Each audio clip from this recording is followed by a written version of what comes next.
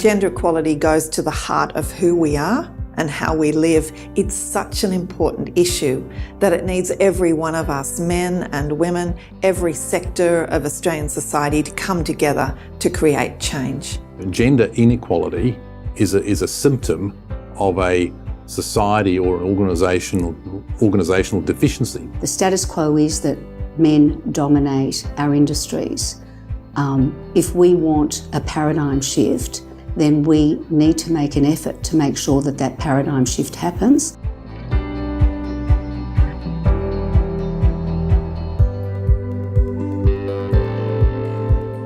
We started the Male Champions of Change because men seem to be missing from the picture. And what we started to understand is that if we want to work with power, we need those who have power, and that's men, to take the message of gender equality to other men. This is the only place where men are held accountable equally with women for change.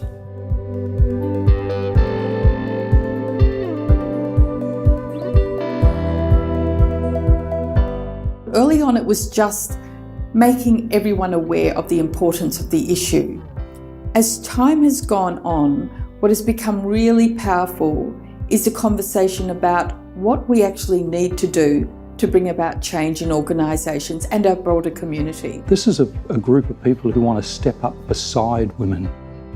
It can't be done by women alone, and it can't be done by men alone. No matter how busy one is, and no matter how many policy priorities there are in your world, gender equality and some of the goals you want to achieve in the workplace really are critical. We now all have clear targets, clear baselines on what they're measured against, and clear determination to achieve those targets. As Male Champions of Change, we're not about fixing women, we're about changing the system.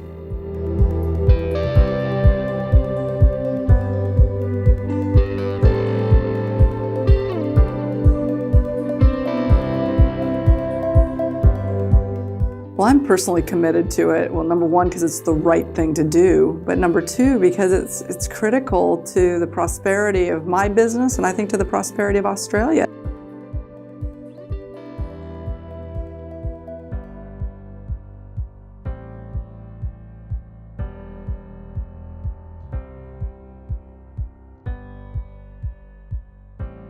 Your staff will see through you if you don't actually behave in the way that you talk. But not only what I say, but what I do, how I prioritize and how I measure and how I hold myself accountable. That's the leadership shadow, and that's very important to making that change happen.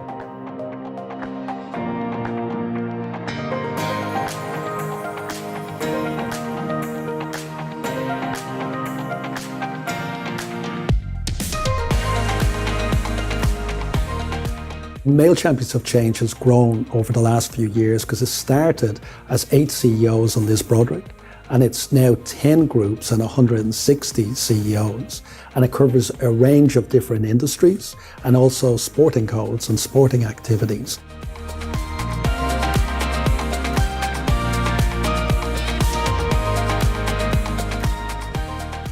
What has been so fantastic about bringing this group of people together is that there is a real appetite and an energy to learn from each other, to draw information from each other, to discuss common challenges and to come up with solutions for the way forward. Things like all roles flex, or redefining merit, setting targets, all great actions that others have inspired us to take.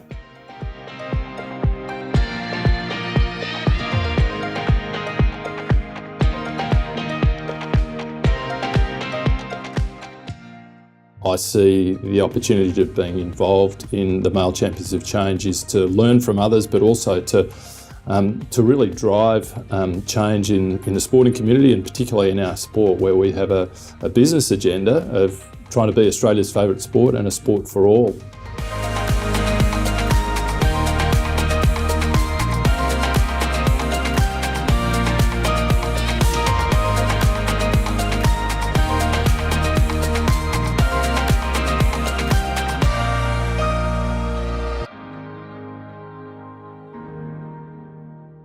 The thing about Male Champions of Change is it's disruptive. It's disruptive because it's quite controversial. It gives it a hard edge, And for me, what I'm attracted to about that is it allows us to accelerate change. And that's what we want, because what I know is gender fatigue can actually set in, and this is a strategy to overcome that. But we can't afford to wait another 20 or 30 years for the next round of change. And so this is an accelerant. We're literally throwing accelerant onto the fire.